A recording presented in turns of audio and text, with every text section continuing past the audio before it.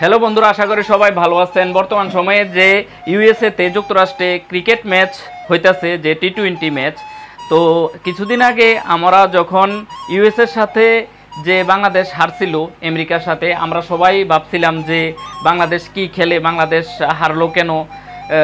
যুক্তরাষ্ট্রের তো আমরা একেবারেই দুধের শিশুই মনে করছে যে আমাদের ক্রিকেট প্লেয়াররা, তো ওই পথে আবার পাকিস্তানের তারাও মনে হয় হারছে আর কি, যে যুক্তরাষ্ট্র আরে তারা তো একেবারে উড়িয়ে দেওয়া যাইব।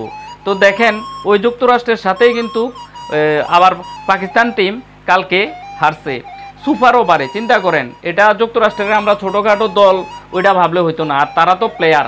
যুক্তরাষ্ট্র যে ক্রিকেট খেলতে আছে তারা ওই পজিশন নিয়েই খেলতে আইছে যে একটা ওয়ার্ল্ড কাপ টুর্নামেন্টের ভিতরে।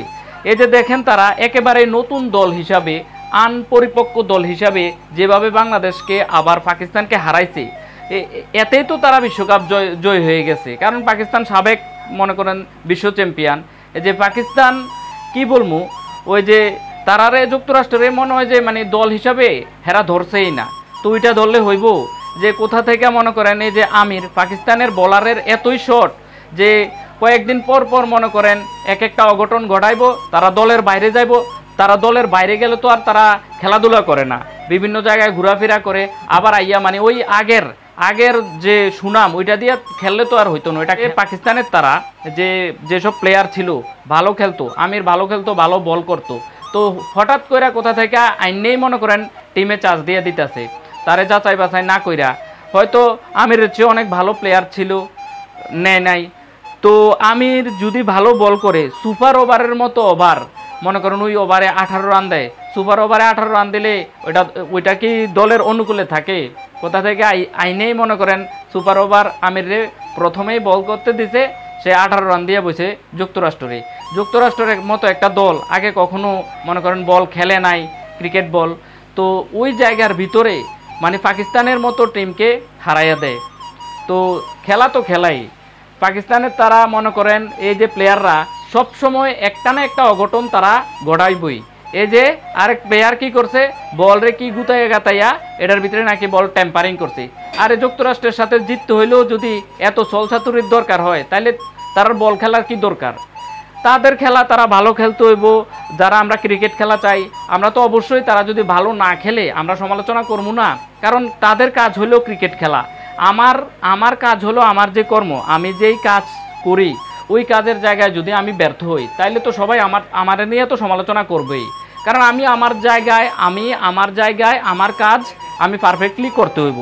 যে আমাদের দেশের ক্রিকেট টিমের প্লেয়াররারে বলেন, পাকিস্তানের ক্রিকেট টিমের প্লেয়াররারে বলেন, তাদের কাজ হইল কি? তাদের কাজ হইল ক্রিকেট খেলা। তাদের ধ্যান জ্ঞান যা কিছু আছে সব কিছু ক্রিকেট খেলারেই দিতে হইব।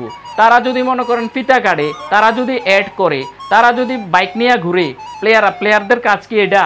তো মানুষ সমালোচনা করবো না? রাষ্ট্রের টাকা খরচ করে তোমরা খেলাধুলা করো, কোটি কোটি দর্শক তোমাদের উপরে মানুষ মানে আকাঙ্ক্ষায় থাকে জিতবে, অনেক কাজ ফালাইও তোমাদের খেলা দেখে। তোমরা কি করো? তোমাদের কাজ ঠিকঠাকভাবে না কইরা তোমরা ফিতা কাটো। বাংলাদেশ বলেন, পাকিস্তান বলেন, ওই যে ইন্ডিয়ার প্লেয়াররা দেখেন, তারা কি ফিতা কাটে? তারা কি অ্যাড করে? অ্যাড করলেও যদিও অ্যাড করে, তাদের জায়গায় তাদের পেশা ঠিক রেখা, তাদের মানে যে খেলা, তাদের কর্ম ঠিক রেখা তারা অ্যাড করে যাই করো। একজন বলতে পারবো যে ভারতের কোনো প্লেয়ার অ্যাড কইরা ম্যাচ খারাপ খেলছে? আর আমাদের বাংলাদেশে দেখেন, এই যে মনে করেন কি বলবো, এই যে আমাদের বাংলাদেশ, পাকিস্তান, এই দেশের প্লেয়াররাই মানে জাতীয় দলে খেলতে পারলে ওই জাতীয় দলের সুনামটারে কাজে লাগাইয়া হয়তো কোনো মেয়েলি বিষয়ে জড়াই যাইব, না হয় ফিতা কাটবো, না হয় মনে করেন মোটরসাইকেল দোকান শোরুম উদ্বোধন করব।